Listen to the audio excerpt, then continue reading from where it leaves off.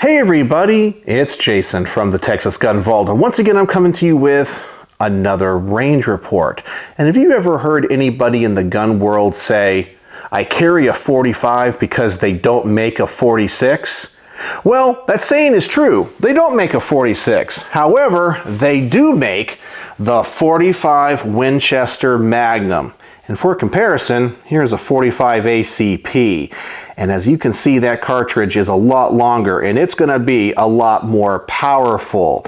And you're probably asking, what gun chambers the 45 Winchester Magnum? Well, this one right here, the AMT IAI Automag IV. AMT stands for Arcadia Machine and Tool. However, they sold the rights to their name and all of their designs to Irwindale Arms Incorporated. And that's the company that made this particular example. This is a 1911 style firearm with an 8.6-inch barrel chambered in 45 Winchester Magnum. Now, it's 1911 inspired. As you can see, the trigger mechanism is a little bit different. It's on a hinge. It doesn't come directly back into the frame. We also don't have a grip safety. And when it comes to the safety, it is on the slide. It is not on the frame. But it has a lot of aesthetic characteristics of the 1911. Now, this is supposed to be a pretty darn powerful cartridge. Now, I did a little bit of research on it, and typically the 45 Winchester Magnum comes in multiple loadings. You have a 230 grain projectile that's supposed to go downrange at 1,600 feet per second. That's pretty much twice the velocity of a standard 45 ACP. You also have a 255 grain, which is supposed to go 1,400 feet per second, and a 260 grain that goes 1,200 feet per second. So you're supposed to get a lot of energy out of this cartridge. Now, is this thing going to be hard hitting in a semi-automatic firearm? I don't know, but I've seen some pictures of people firing it, and man, does it put out a huge fireball. So I have no idea what to expect. This might be one of the most powerful handguns I have ever reviewed here at the Texas Gun Vault. But before we get this to the range and find out what the heck it's all about, as always, I want to thank the people that make these videos possible. First and foremost is the owner of this really cool and collectible pistol. His name is Jack. He's a local fan and subscriber, and he's lent a number of guns to the channel, so thank you so much, Jack, once again. I always want to thank my Patreon supporters, because through their monthly donations and support, they help keep the lights on. I couldn't do it without them. And if you guys want to see all of these videos early, you can join for as little as $1 a month, and there is a link in the description below. And as always, I want to thank my primary sponsor for all of these range reports, because he helps make this channel possible, my good friend Mark from Brownworks. And I know if you like a gun like the AMT Automag series, well, you probably like 1911s. In fact, you probably love guns made of steel and wood. You probably have a great collection of Browning high power, CZ75s, or Beretta 92s, just to name a few. And you might be in the market for a set of grips that's going to make them unique and one of a kind. Well, I have the perfect grip company for you. Brownworks. Brownworks is a custom grip company making a wide variety of grips for a wide variety of firearms out of a wide variety of exotic woods and materials. Mark, the owner, is an artist and he's a craftsman. He's always coming up with new and innovative features to add to his grips. He can put on custom logos, custom engravings, custom textures. He can finish these grips in a wide variety of colors. He can make his own laminate woods, and he can even apply exotic materials like snakeskin and alligator skin to these grips to make them unique and one of a kind. So if you're in the market for some of the best grips in the world for your pistol, I'm going to ask you guys to go check out his website. I will put a link in the comment section below, as well as a coupon code for 10% off your first order. Please go over there and see everything Mark has to offer. And when you place that order for your first set of custom grips, please tell him the Texas Gun Vault sent you. All right, so let's talk a little bit more about the pistol we have on the table today. The AMT IAI Automag IV and 45 Winchester Magnum. This is a beast of a pistol. It's one of the most powerful semi-automatic handguns you can own. It's just so cool to have this here on the workbench. All right, so let's talk about a few things that I like and don't like, of course, before getting it to the range. And the first thing I love about this gun is that it is an AMT or an IAI. Essentially, it's the same company, and they were always really innovative. Now, even though the ATF referred to them as being one of the Ring of Fire companies, they have made a lot of high quality pistols, including the Automag series. You guys know I'm a collector. I love to learn everything there is to know about guns and how they operate. So the fact that they made guns chambered in .30 carbine, 50 AE, and 45 Winchester Magnum is just so fascinating to me. Now, is that going to translate to a great shooting experience? I don't know, but I love it how they were thinking ahead of their time. They were thinking outside the box, and I sure wish more companies would do that today and take those risks. I also love the fact this gun is in stainless steel. I'm a huge fan of stainless steel firearms. In fact, AMT was one of the first companies to make 1911s out of stainless steel. Obviously, it's a very durable material, it is corrosion resistant, and if you happen to nick or scratch it, a lot of times it's easy to get those little marks out. I also like the safety on this particular gun. The way this safety works, which can be engaged whether the hammer is down or not, it simply blocks the firing pin. And I'll show you how this works right here. You can see the firing pin there. Put the safety on, it blocks it very much like a Beretta, but because it just has a single safety on it and not a decocker, it shares the same manual of arms as a 1911. And the last thing about this that I really like, or I think I'm going to like, is its weight. And yes, this gun is really heavy, and normally that's going to be something that is going to be a downside, something I wouldn't like about a gun. However, you're talking about a firearm chambered in .45 Winchester Magnum, so I'm hoping the mass of this gun is going to absorb a lot of this recoil. So that's the things that I like. So now let's talk about a few things about this gun that I don't like. And the first thing I don't like about this gun, but I don't think there's anything you can really do, is the length of pull. Essentially, the distance between the front of the trigger and the rear of the grip. That is so long. It probably has to be that way because this cartridge is so long. But even with my bigger hands, that is a lot of gun to grip. The other thing about this gun that I don't like is the magazine release button. You'll notice it's right up here. Of course, with that long length of pull, it's hard to get to, but it's also not very tall. It doesn't stick out of the frame very far. So if you're trying to drop the magazine, you really have to adjust your hand a lot and push that button down quite far, and the magazine might even stick in your palm. This is a very difficult magazine to get in and out of this gun.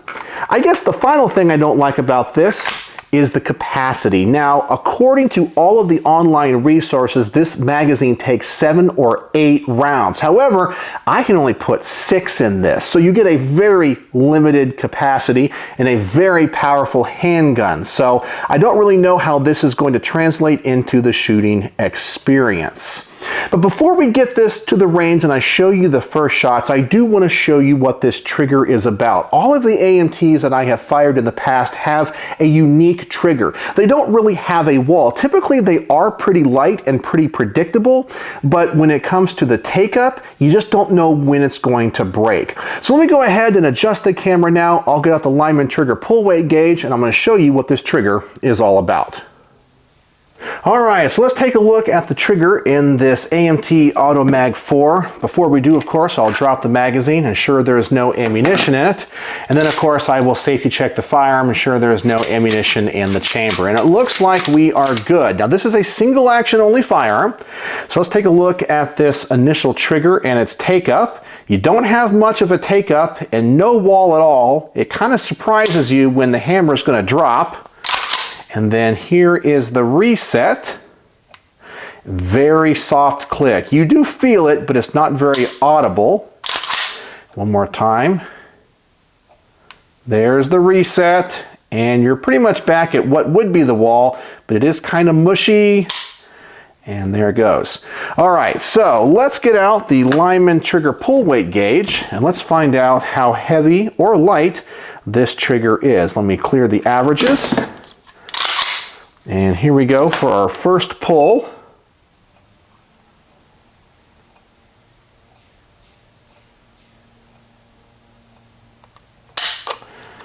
£6, 9.7 ounces, and it definitely feels lighter than that, but that's what the gauge is saying, and I had a very similar reading when I did another Automag in the past. 6 pounds, 4.5 ounces.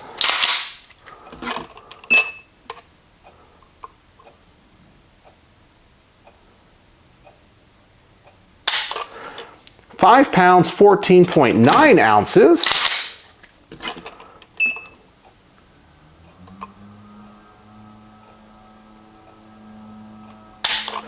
£6, 0.1 ounces.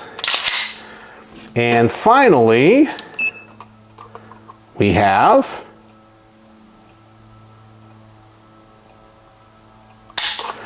£6, 12.1 ounces, which gives us an average of £6, 5.1 ounces. So essentially a 6.5 pound trigger.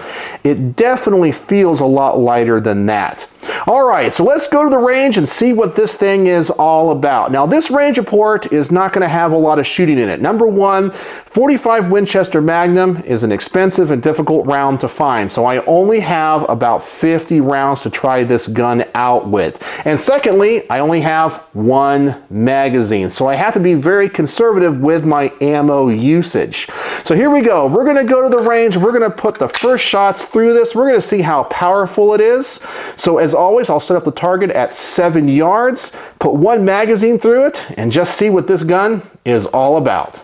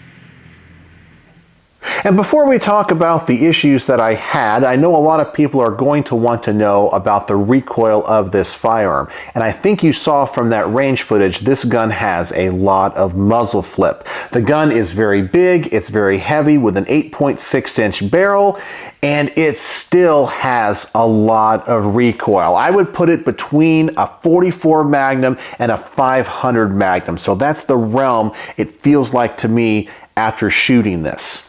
Now let's talk about the two issues that I had. The first one deals with simply loading the gun. As you guys know, with a semi-automatic handgun, if the slide is back and the magazine is out, if you pull back on the slide stop should drop and the slide should simply go forward. And it should be the same if the magazine is fully loaded. But when the magazine is empty, there's a part of the follower which pushes up on the slide stop, and that's typically what locks the slide open. Now, when I inserted that full magazine, well, I pulled the slide back and guess what? the slide didn't drop, because the slide stop doesn't always drop, and I don't know why that is. Is there something internally wrong with the gun? Is it a magazine issue? I don't know. The other issue I had dealt with simply chambering a round. Sometimes this 44 Winchester Magnum doesn't want to go completely into battery. Now, could this be variation in ammunition? Because 45 Winchester Magnum is not a very common caliber. Is there some variance in the specs? I don't know. Is the tolerances of this gun a little bit tight? That could be an issue going forward. But maybe this gun simply just needs to be broken in. But we're going to shoot it some more and find out. So let's go back to the range, and I'm going to double the distance on this target, and I'm going to go for the center of the head on this silhouette and see what happens to this group and see if I discover anything else about this gun that I like or don't like, and report back to you. And hopefully it's going to run a little bit better.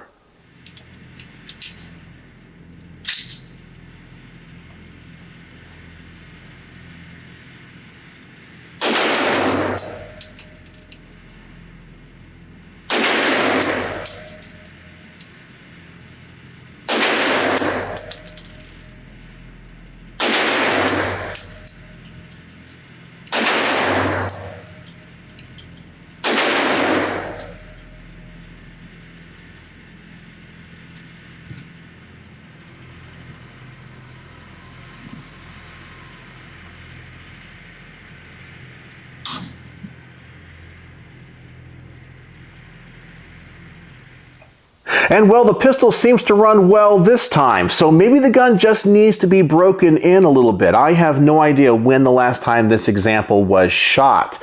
But let's talk about my group. At the further distance, I am shooting a little bit low, and that could totally be me anticipating the massive recoil of this pistol just a little bit. But this gun also has some adjustable sights, so I might want to tinker with those just a little bit more.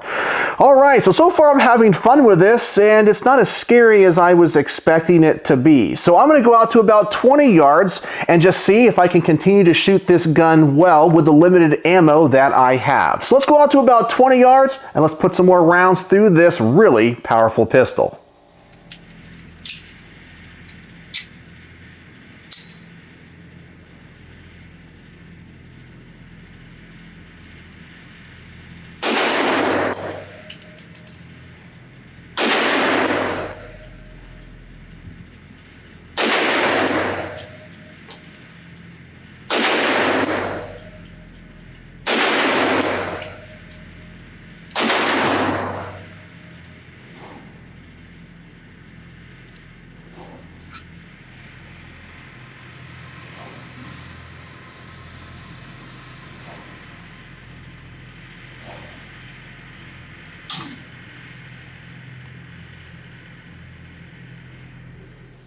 And for such a powerful handgun that I think is more or less a range toy, it's okay. Now I'm shooting a little bit to the left, and that also could be because of the long length of pull I talked about in the opening of this video. I'm really having to take my hand and curve it around this grip just to get a good finger placement on the trigger, and that could be causing the windage issues.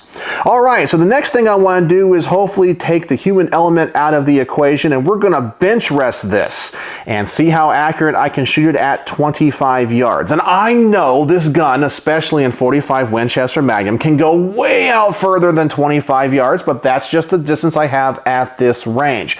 So here we go, 25 yards, another magazine, and see how accurate I can shoot this.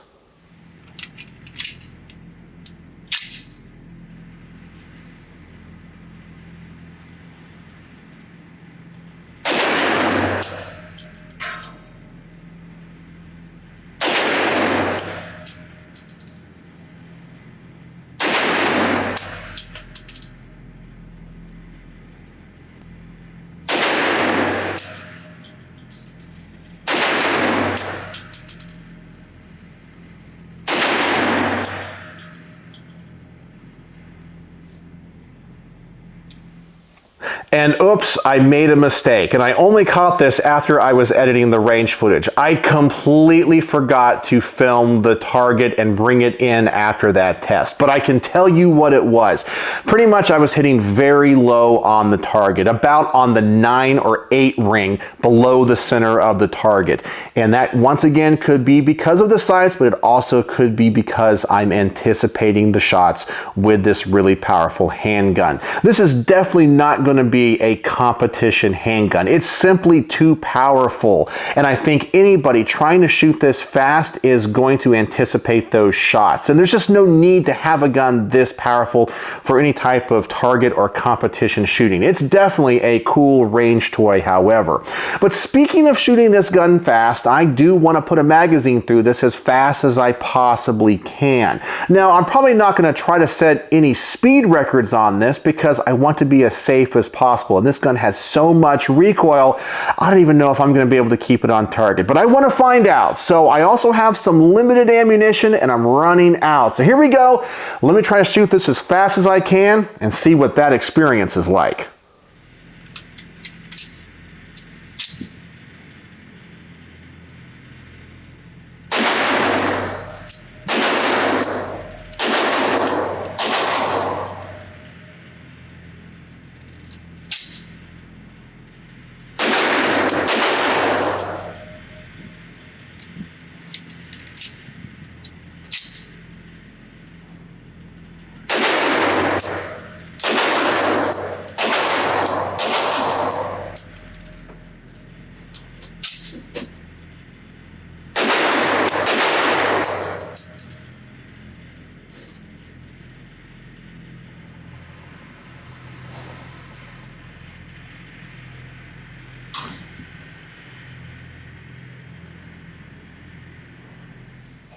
And this gun simply has way too much recoil to have any practical use. I would definitely not recommend to use this for self-defense or home defense. It's simply just too powerful.